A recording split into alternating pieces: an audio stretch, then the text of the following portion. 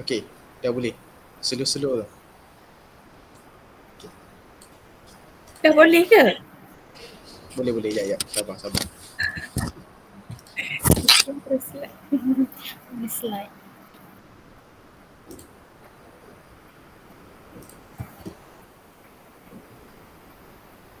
Lanjut kita jadual spesifikasi ujian.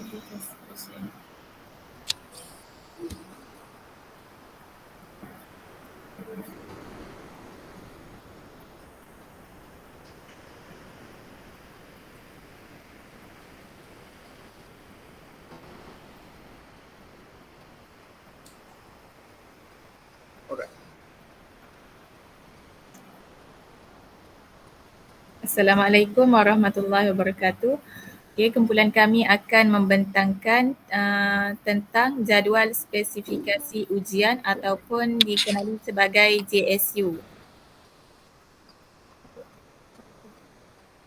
Okey.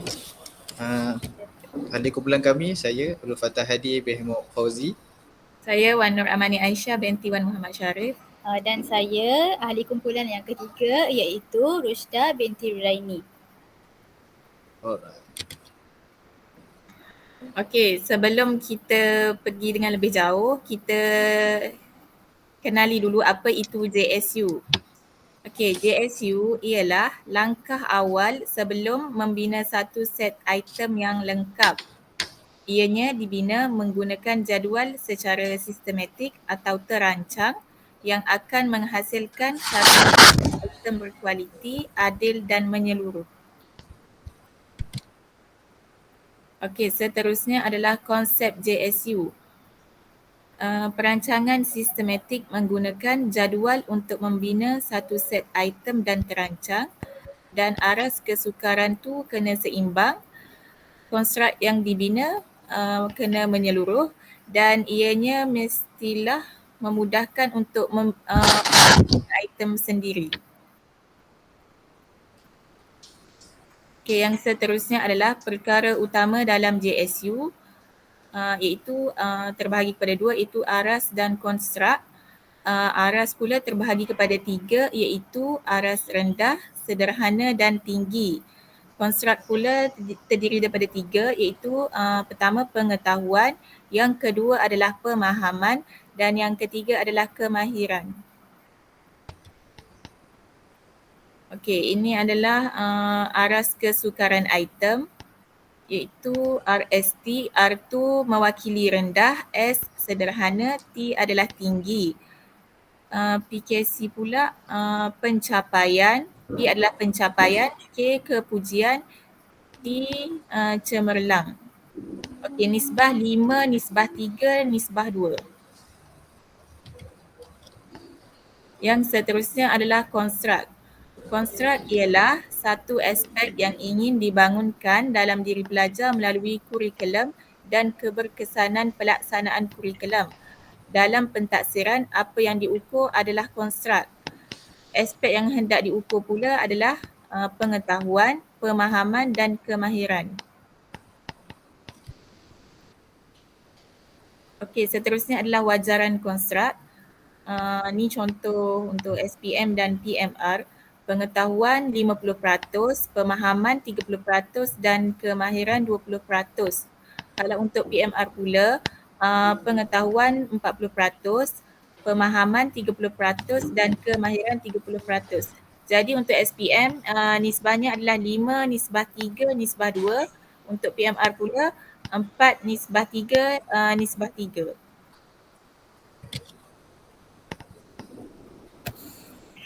Seterusnya kita masuk kepada kategori konstruk. Kategori yang pertama adalah kategori pengetahuan. Kategori yang kedua pula ialah kategori pemahaman. Dan kategori konstruk yang terakhir iaitu yang ketiga adalah kategori kemahiran. Okey, kategori yang pertama iaitu pengetahuan. Apa maksudnya? Maksudnya adalah kebolehan kognitif untuk mengingat semula atau mengenal pasti perkara yang spesifik. yang terdapat dalam suatu kandungan mata pelajaran tu. Dan pengetahuan ni diwakili oleh kata kunci sebagai contohnya. Yang pertama, kata kunci apakah, siapakah, bilakah dan manakah. Seterusnya, pemahaman kebolehan kognitif yang melibatkan penggunaan pengetahuan tanpa situasi baru. Yang pertama iaitu penterjemahan, yang kedua interpretasi dan yang ketiga ekstrapolasi. Apa itu penterjemahan? Kita tengok definisinya. Definisi penterjemahan ialah kebolehan untuk menyatakan sesuatu konsep yang diketahui dengan menggunakan perkataan ataupun simbol.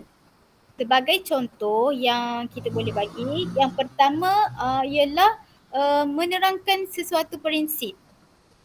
Dan yang kedua, dia menterjemahkan satu bahasa kepada bahasa yang lain.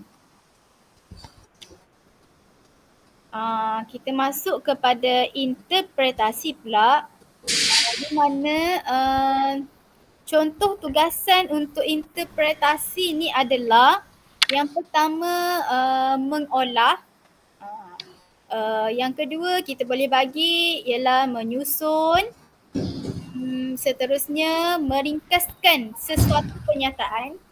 Contohnya penyataan yang diberi adalah penyataan yang panjang, tapi pelajar diminta untuk meringkaskan penyataan tersebut.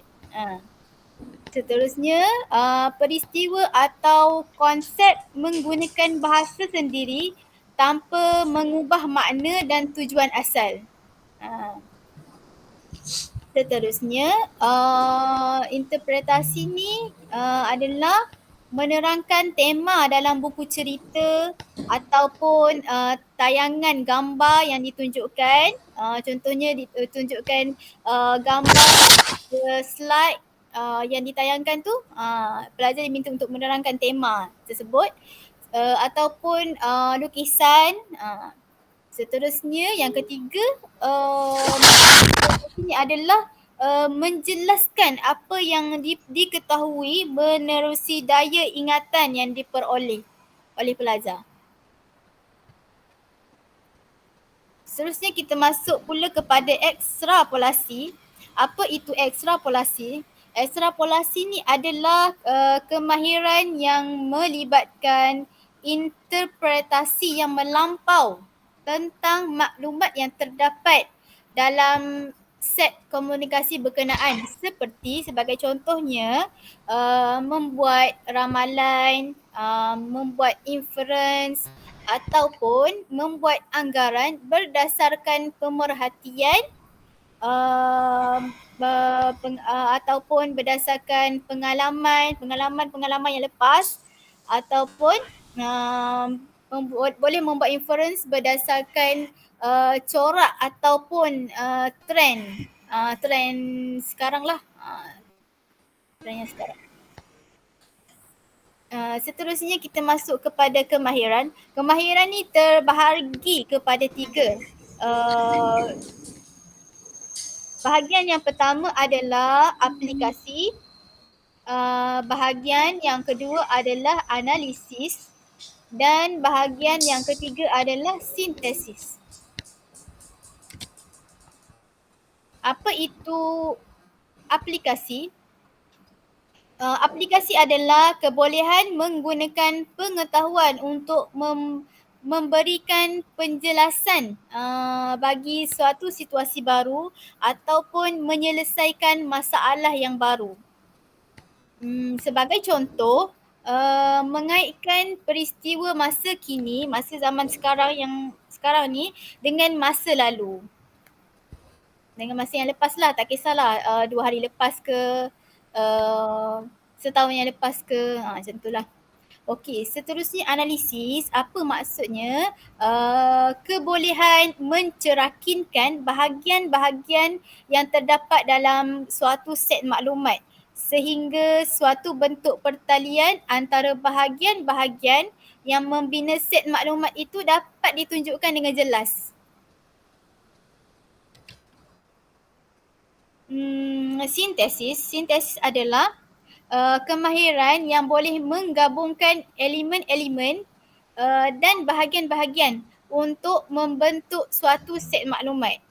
Contohnya ada bahagian-bahagian dan kita menggabungkan semua tu menjadi satu set maklumat. Yang kedua, sintesis adalah dia melibatkan proses menyusun dan membuat kesimpulan. Sintesis juga dia lebih bersifat pemikiran mencapah dan kreatif. Dan kata mudah untuk sintesis ni adalah mencantumkan, seterusnya mengasingkan semula dan bagaimana kita boleh selesaikan. Itu adalah satu kata mudahlah untuk bahagian sintesis ni. Okey, dan seterusnya kita masuk kepada bagaimana JSU ni dibina. JSU dibina yang pertama dengan melihat konstruk yang akan diuji, bukan selepas menyediakan set-set item. Yang kedua, JSU dibina dengan mencakupi objektif pengajaran yang dirancang. Objektif pengajaran yang dirancang contohnya macam setiap pengajaran dalam RPH tu kan ada objektif kan. Jadi setiap objektif pengajaran tu kita cantumkan semua untuk membina JSU lah. Seterusnya yang ketiga, menyediakan borang JSU. Yang keempat, melihat pada buku teks atau HP atau sukatan pelajaran dan letakkan tajuk. Seterusnya bina nombor soalan. Seterusnya lepas membina nombor soalan, mestilah meletakkan markah pada ruang nombor soalan.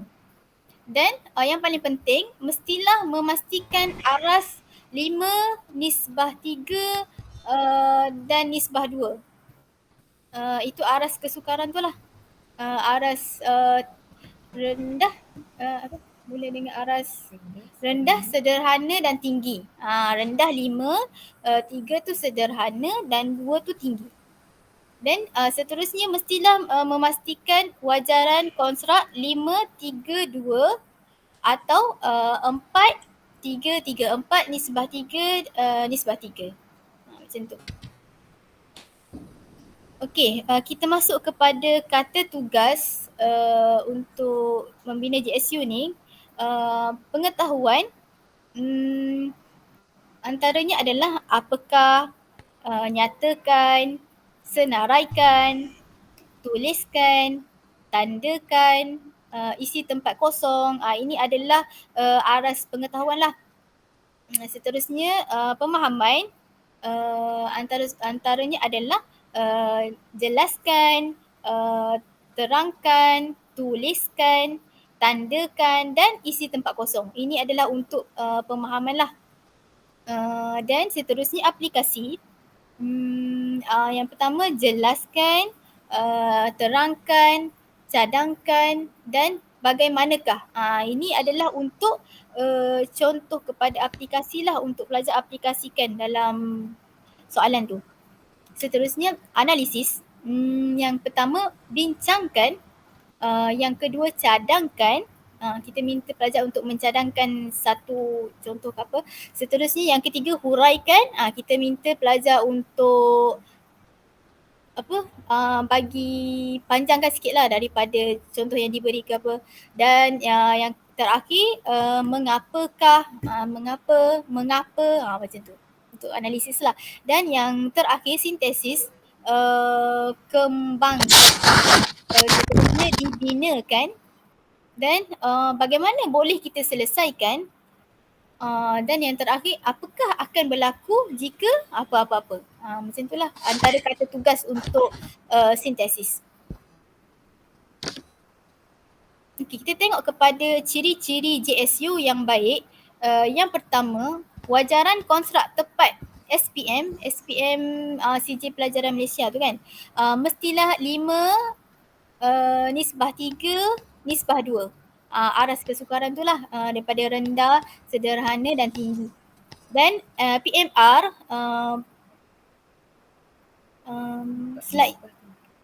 slide-nya hilang.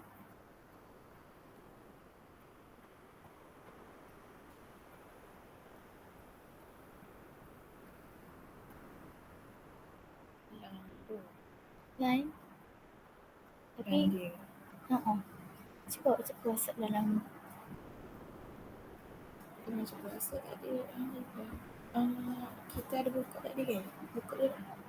okey. Sekejap. Maksudnya saya present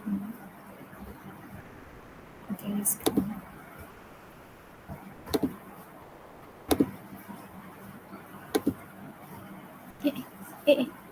betul lah kan? Okey ni. Ni kan?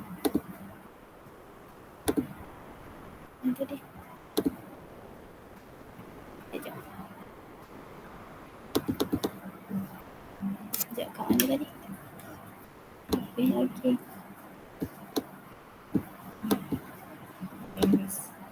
Ni.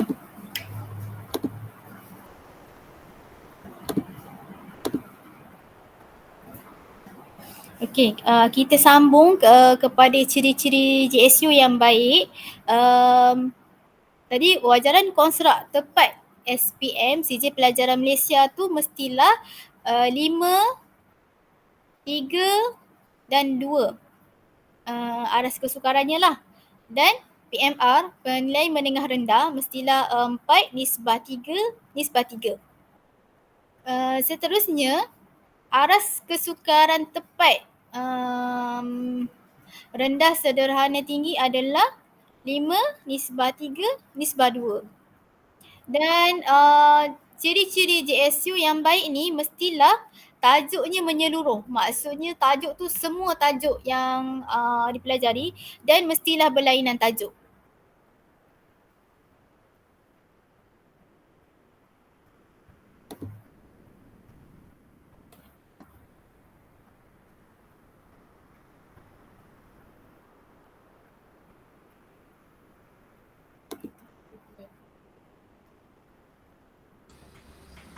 Jadual GSU ya? Sekejap. Saya share ke? Saya tak share. Saya share. Okey.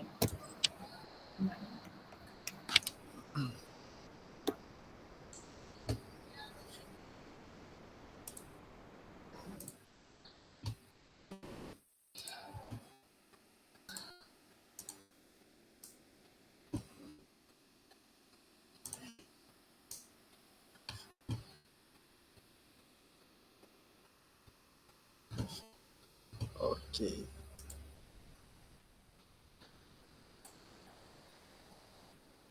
Okey. Baik, bismillahirrahmanirrahim.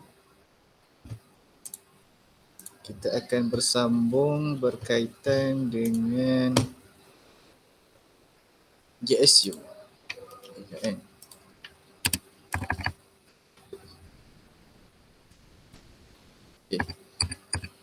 Kita telah diterangkan bagaimana GSU, jadual spesifikasi ujian tu secara teorinya, apakah yang perlu ada di dalam GSU, apakah ciri-ciri GSU, dan seringkali kita diingatkan berkaitan dengan nisbah GSU iaitu 5 nisbah 3, 5 nisbah 2.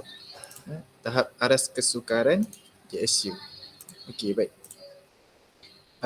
Sekarang ni sebagai aplikasinya kami menggunakan subjek Maharat Al-Quran tingkatan 2. Okey, jadi cara kita nak buat soalan tu, yang pertama kita tentukan jumlah soalan yang kita nak buat. Jadi kita merancang untuk melaksanakan 20 soalan. Okey, 20 soalan daripada keseluruhan topik yang ada di dalam buku teks tingkatan 2. Okey, bila kita lihat sebenarnya tingkatan 2 dia ada 5 topik. Dia ada ahkam al-mim as-sakinah, dia ada ahkam mim wan nun musyaddadatain, ahkamul lam as-sakinah, ahkam lam lafzul jalalah dan ahkam ar-ra. Jadi dia ada 5 topik utama di dalam pembelajaran tingkatan 2. Okey. Bagaimana kaedah untuk kita mendapatkan soalan daripada setiap topik? Yang pertama kita mesti menentukan jumlah jam setahun. Contoh yang kat sini kita dapat 64. Okey, persoalan bagaimana kita nak dapat jam setahun ni? Okey. Jawapannya ada di dalam DSKP. Kita akan jumpa di dalam DSKP ataupun kita akan jumpa di dalam surat perkeliling ikhtisas di mana dia memperuntukkan keseluruhan jam bagi setiap tingkatan. Okey, dalam isu ni tingkatan 2 ni dia ada 64 jam semua sekali. Okey. Setahun. Okey, jadi cara kita membahagikan 64 jam ni kepada keseluruhan tajuk ni. Bagaimana? 64 kita ambil handphone kat sini. Okey, 64 bahagi dengan 5. Jadi kita akan dapat jawapan 12.8. 12.8. Jadi 12.8 ni sebenarnya daripada row ni sampai ke bawah ni semua 12.8. Sebab kita bahagi sama rata, bahagi 5 kotak.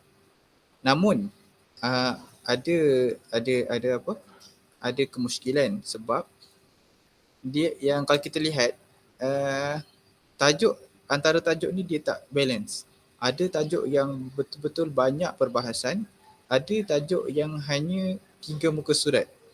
Contohnya kalau kita tengok kat sini kan, tajuk ahkam al-lam tajuk ahkam al-lam lafzul jalalah. Ini lafzul jalalah. Dia ada dalam 3-4 muka surat je. 3-4 muka surat. Jadi agak takkan kita nak bagi sama rata 12.8 ni dekat dia juga kan. Maksudnya soalan tu banyak keluar daripada sini juga. Jadi agak muskil, agak tak sesuai. Jadi kita perlukan satu kaedah lain. Okay, nanti kita akan terangkan bagaimana. Okey. Kemudian itu satu. Okey. Bila kita dah bahagi tadi 12.8 semua kan, 12.8, bagaimana kita nak dapatkan? Contoh ni saya dapat 14, ni dapat 20, ni dapat 6 kan. Okey, kaedah dia tak ada spesifik. Kalau kita tengok subjek-subjek lain, contohnya PSV. PSV dia ada bagi ni setiap topik ni. Contoh topik yang pertama ni 10 jam dalam setahun. Yang contoh topik yang ketiga ni dia bagi 25 jam contohlah, 25 jam setahun.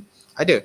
Tapi Maharat ni sayangnya dia tak ada jadual macam tu dalam DSKP. Boleh tuan-tuan boleh rujuk dalam DSKP, tak ada. Cuma dia bagi jam setahun sahaja. Okey. Jadi bagaimana kaedah kita nak tentukan? Kita tengok topik-topik yang dalam ni. Contohnya ahkam yang sakinah ni dia ada 3 topik sebenarnya. Kita kena buka pula buku teks. Jadi dia macam ni. Tengok jadual akhir ni. Dia jadi contoh kan dalam kotak yang pertama tadi dia ada 3 topik. Jadi kami pecahkan macam tu. Bagi dia pecah lagi. Kita tengok balik lah sini. Okey. Jadi dalam ni ada 3 topik. Dalam ni ada 5 topik. Dalam ni ada 2 topik. Subtopik maksud saya. Bukan topik, subtopik. Okey. Okey. Dalam ni ada contoh ada 2 topik. Dalam ni ada banyak. Okey. Jadi dalam setiap topik tu kita akan macam mana kita nak buat? Okey. Kita bagikan 64 tu kita bahagikan dengan pecah-pecah tadilah. Jadi saya tak nak buat kira-kira kat sini. Okey, jadi jawapannya ni lah 14, 6, 20, 7, 17. Kita dah pecahkan. Okey, itu jam setahun. Okey, kemudian kita nak dapatkan wajaran peratus. Macam mana kita nak dapatkan wajaran? 14 kita bahagikan dengan 64 darab 100. Kita akan dapat 22. Okey, jadi yang sama juga yang lain 6 per 64 darab 100. 20 per 64 darab 100. Kita akan dapat jawapan ni lah wajaran. Wajaran Okey. Okey, bila kita dah dapat wajaran. Wajaran, kita nak buat apa pula Okey. Kita nak tentukan bilangan item soalan. Macam mana kita nak tentukan bilangan item soalan? Berapa dalam setiap topik ni perlu ada soalan? Kita perlu, contohnya kat sini 22, kita perkan dengan jumlah ni 100, darab dengan keseluruhan soalan yang kita nak buat. Kat sini 20. Kita akan dapat jawapan 4.4. Jadi dalam topik ni, contoh ahkam sakinah, berapa sebenarnya topik ni kita nak keluarkan soalan ni? Kita ambil tadi 9 per dengan 100, darab dengan keseluruhan soalan yang kita nak buat 20 soalan. Dah sama macam tu, semua sekali. Kita akan dapat perpuluhan dekat kiraan ni. Pastikan bawah ni dapat 20 lah. Sebab kita nak buat soalan 20 soalan. Lepas tu, macam mana kita dapat sebelah ni? Kita bundarkan. Contohnya kita ambil daripada bawah ni lah. Ni yang poin 3 ambil 5. 2.2 ambil 2. 6.3 ambil 6. 1.9 ambil 2. 4.4 kenapa kita ambil 5? Ini persoalan yang sangat menarik. Disebabkan kita tak ada satu panduan yang khusus, kita cuba tambah tolak sendiri. Cuba bayangkan kalau kita buat sini 4. Jumlah ni semua 19. Dia tak tally dengan jawapan yang soalan yang kita nak buat. Maksudnya kat sini ada 19 soalan. Jadi disebabkan sini dah ngam, sini dua ni dah ngam. Jadi kat sini kita perlu tambahlah soalan, kita just adjust sendiri. Walaupun pada matematiknya dia agak bercanggah, tapi kita yang kena adjust. So dapat dah 20. Ya, tak susah pun. Kemudian lepas pada bilangan, kita dah dapat soalan. Contoh, sekarang ni kita ada aras kesukaran kan, rendah, sederhana, tinggi. Dengan nisbah yang kita bagi tadi 5, 3, 2, berapa setiap aras ni kita nak dapatkan soalan, berapa soalan kita nak bagi. Bilangan soalan tadi kita ratio lah. Bilangan itu. Macam ni. Ratio 5 dengan 10 jumlah ratio darab dengan 5. So kita akan dapat 2.5. Situ lah. 5 per dengan 10 darab dengan 2. Kita akan dapat 1/0. Macam itu kita buat. 5 per 10 darab dengan 6. 5 per 10 darab dengan sampai semua sekali ni. Yang aras rendah ni, kita akan dapat jawapan 10. Sama juga yang sederhana. Sederhana 3 per 10 darab 5. 3 per 10 darab 2. So kita akan dapat jawapan 6. Sama juga yang terakhir, aras tinggi 2 per 10 darab dengan 5. Kita akan dapat jawapan ni lah. Jadi kita akan dapat perpuluhan kat sini. Perpuluhan tu tak kisah, yang penting markah bawah ni kena tepat. 10, 16, 20. Sebab kita nak 20 soalan kan. Bila kita dah dapat semua data ni, jadi mudahlah urusan kita nak buat soalan. Aras mana yang kita nak tentukan, rendah ke, tinggi ke, sukar ke, mencabar ke. Sebab kita dah pegang GSU kan. Kemudian ini jadual secara keseluruhan lah yang kita boleh lihat. Tadi contohnya dalam ikhfa syafawi, topik yang pertama, kita ada 5 item kan. 5 item. So bila kita tengok ni, sangat cantik lah. Kita ada 5. 1, 2, 3, 4, 5. Cumanya tahap antara dalam ni kita yang tentukan lah. Cuma secara umumnya kita dah bahagikan di mana rendah, sederhana dan tinggi. Sebab kita tengok tadi kat sini rendah dan sederhana je kan. Atas sekali. Sebab berdasarkan kiraan tu tak ada. Ada. Tak ada ni. 3, 1, 5. Kita tak letak kat sini satu. Patutnya kena ada satu sini. Tak apa. Itu secara keseluruhan lah. Bila kita tengok dah dapat jadual spesifikasi ujian, kita buka buku teks, kita ambil soalan. Contohnya yang pertama, Izhar Syafawi. Aras rendah tahap memahami. Okey, kita tengok soalan. Contohnya, apakah hukum mim sakinah? Okey, kita tengok balik. Izhar Syafawi, soalan yang kedua. Tinggi sikit, menganalisis. Okey, ini nombor 2. Kadar panjang bacaan hukum mim sakinah ialah jadi bentuk soalan itu adalah menunjukkan tahap kesukaran soalan. Kalau pakai soalan senaraikan, nyatakan ataupun suai padankan, itu berada di tahap yang rendah lah. Tapi bila kita kata mengaplikasi, menganalisis tahap domain yang tinggi, cara soalan tu pun dah berubah. Kita minta terangkan, kita minta pelajar analisis, kita minta pelajar membezakan. Itulah tahap-tahap yang berada di dalam JSU. Okey. Jadi inilah terjadinya soalan ni. Contohnya kita ada 20 soalan sini. Okey. Okey. Itu sahaja daripada kami. Sekian sahaja pembentangan JSU daripada kumpulan kami ni. Okey. Dah ke? Faham tak? Tak faham?